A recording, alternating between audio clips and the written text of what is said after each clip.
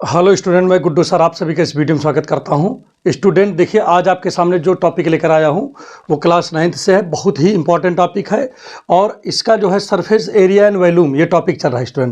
Student देखिए, हम यहाँ पर जो है पहली एक्सरसाइज लगा रहे हैं। और सबसे बड़ी बात एक चीज़ और बता दें आपको कि ये जो आप NCERT बुक देख रहे हो स्टूडेंट, ठीक है, ये आपका न्यू पैटर्न वाला है, जिसमें जो है आपके जो अभी अपडेटेड जो सिलेबस आया है स्टूडेंट, उससे है ये, ठीक है।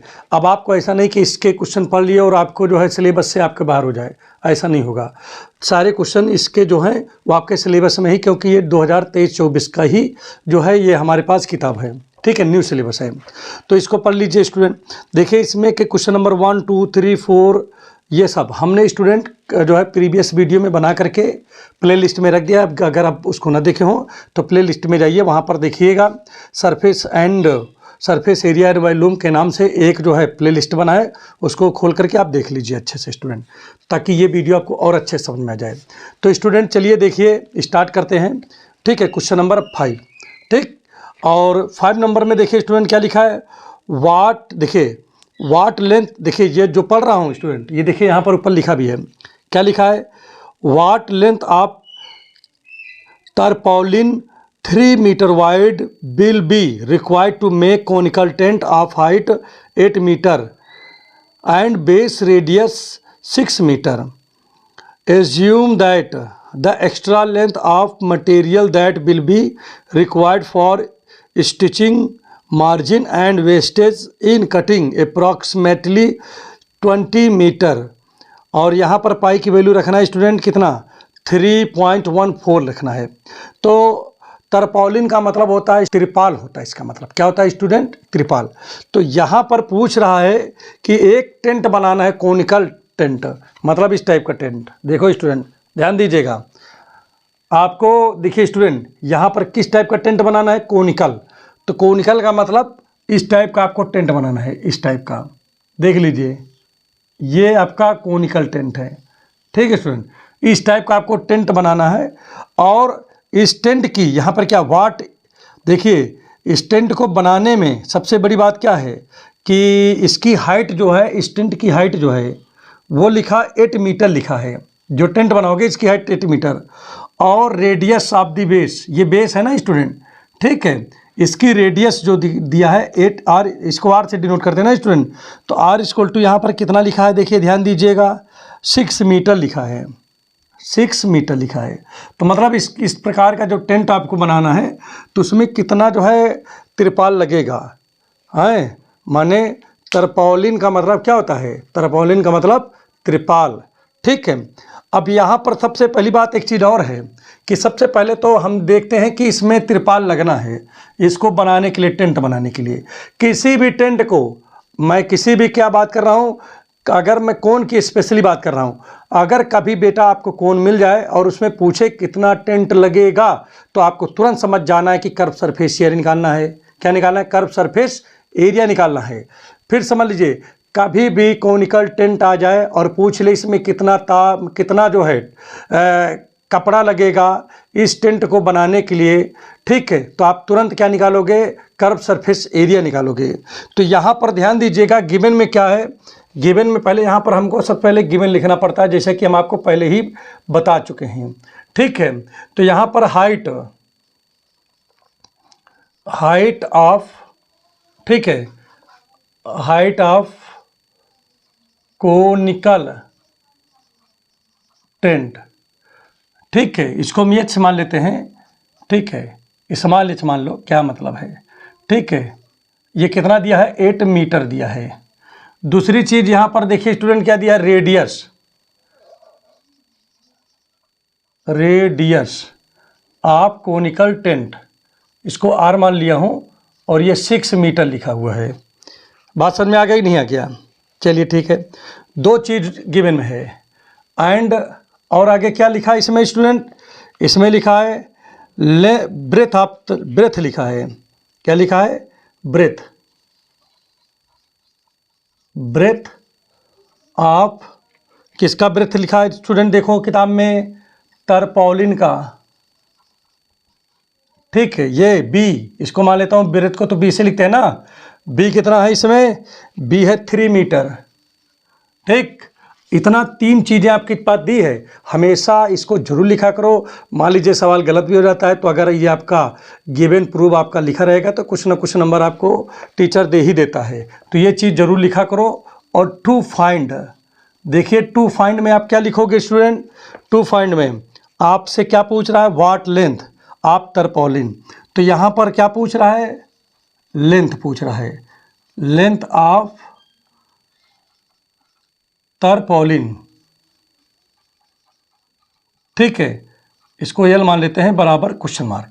स्टूडेंट ये पूछ रहा है टू मेक, किसकी लेंथ कितना चाहिए, ठीक है, उसको टेंट बनाने के लिए स्टूडेंट। तो चलिए कोई बात नहीं है, यहाँ पर अब इसको हम लगाते हैं, देखते हैं किस प्रकार से सॉल्व होगा। तो यहाँ पर आते हैं सॉल्यूशन पे आते हैं पहले। ठीक है, सॉल्यूशन पे आते हैं और सॉल्यूशन में देखते हैं क्या है इसमें। तो यहाँ पर सबसे पहले एक काम करते हैं, ठीक है, रिक्वायर्ड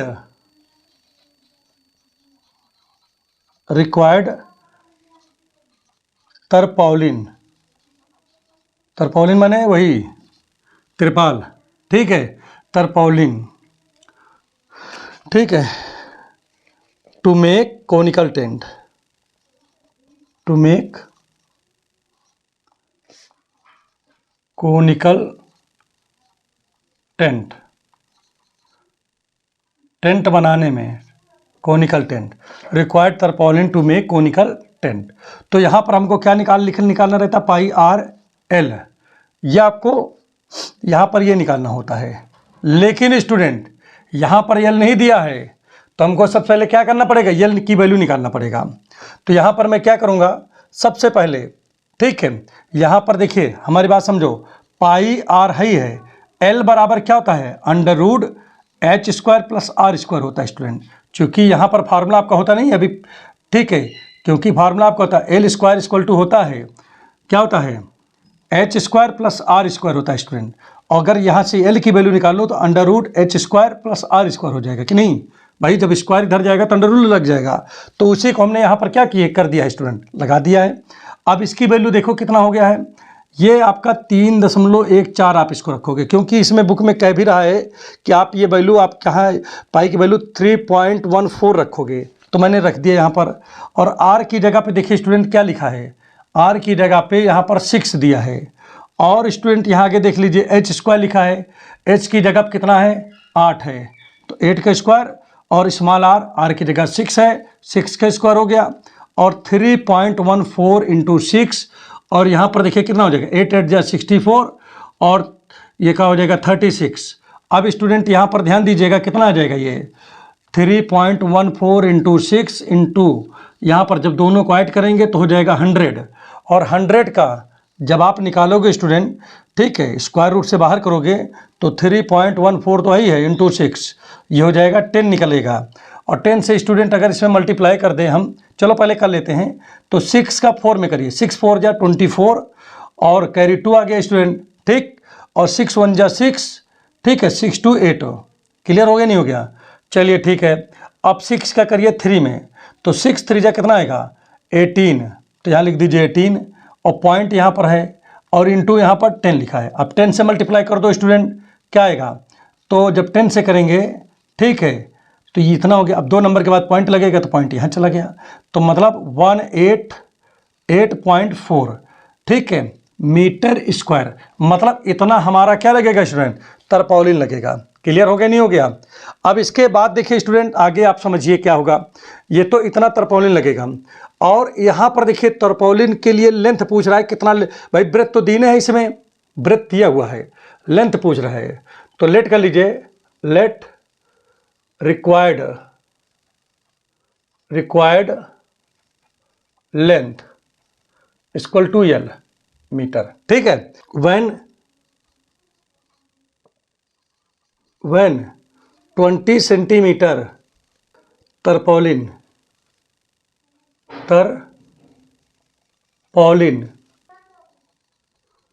देखिए will be for required for, किसके लिए चाहिए, स्टिचिंग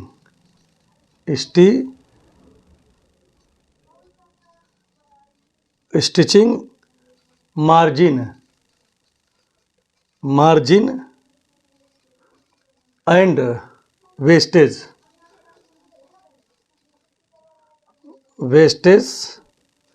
इन कटिंग। ठीक है, तो देखिए 120 metre tarpaulin will be required for stitching, माने कटाई के लिए। और किसके लिए? देखिए 20 सेंटीमीटर क्या चाहिए हमको, तारप्लिन चाहिए किसके लिए? कटाई के लिए और उसके लिए सिलाई के लिए चाहिए। बात समझे नहीं समझे? तो जो है आपका इफेक्टिव लेंथ कितना हो जाएगा?